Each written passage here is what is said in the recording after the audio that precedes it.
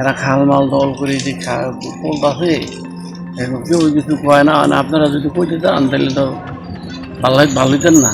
খাল দখল করে পৈতৃক সম্পত্তি দাবি বিএনপি নেতার শিরোনামে বাংলাদেশ প্রতিদিনের সংবাদ প্রকাশের পর মুন্সিগঞ্জের ইসামতি খাল দখল ও স্থাপনা নির্মাণের ঘটনায় অবশেষে নড়ে চড়ে বসেছে প্রশাসন। প্রকাশিত প্রতিবেদনের পর দ্রুত মাঠে নামে উপজেলা প্রশাসন এবং নির্মাণ কাজ বন্ধ করে দেয়।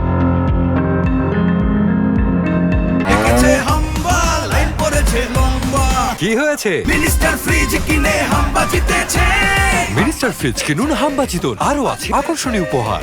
মুন্সিগঞ্জের মীর কাদিম এলাকায় ইসামতি খাল দখল করে স্থায়ী স্থাপনা নির্মাণের অভিযোগে আলোচনায় আসেন স্থানীয় বিএনপি নেতা মিজানুর রহমান মিজান। অভিযোগ অনুযায়ী খালের প্রায় ১১০ শতক জায়গা দখল করে ২টি স্থানে আরসিসি ঢালাইয়ের মাধ্যমে স্থাপনা নির্মাণ চলছিল। দীর্ঘ প্রায় ২ মাস ধরে দিনের আলোয় এই কাজ চললেও স্থানীয়দের অভিযোগের পর বিষয়টি গণমাধ্যমে উঠে আসে।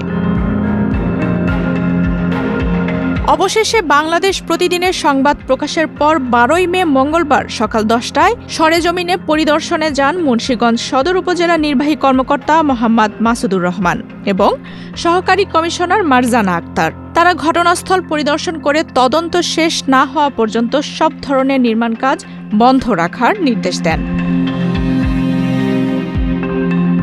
স্থানীয় সূত্রে জানা যায়, খালের প্রায় ৭০% অংশ দখল করে স্থাপনা নির্মাণ চলছিল মীর কাদিম পৌরসভার কমলাঘাট এলাকার তিলারদি চর সংলগ্ন অংশে। প্রশাসনের নীরবতা কাজে লাগিয়েই দীর্ঘদিন ধরে এই দখল কার্যক্রম চলছিল বলেও স্থানীয়দের অভিযোগ।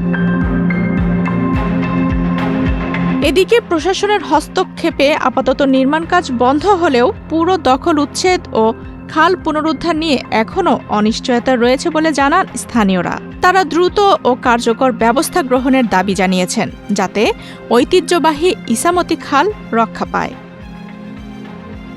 আফসানা রিপা, বাংলাদেশ প্রতিদিন।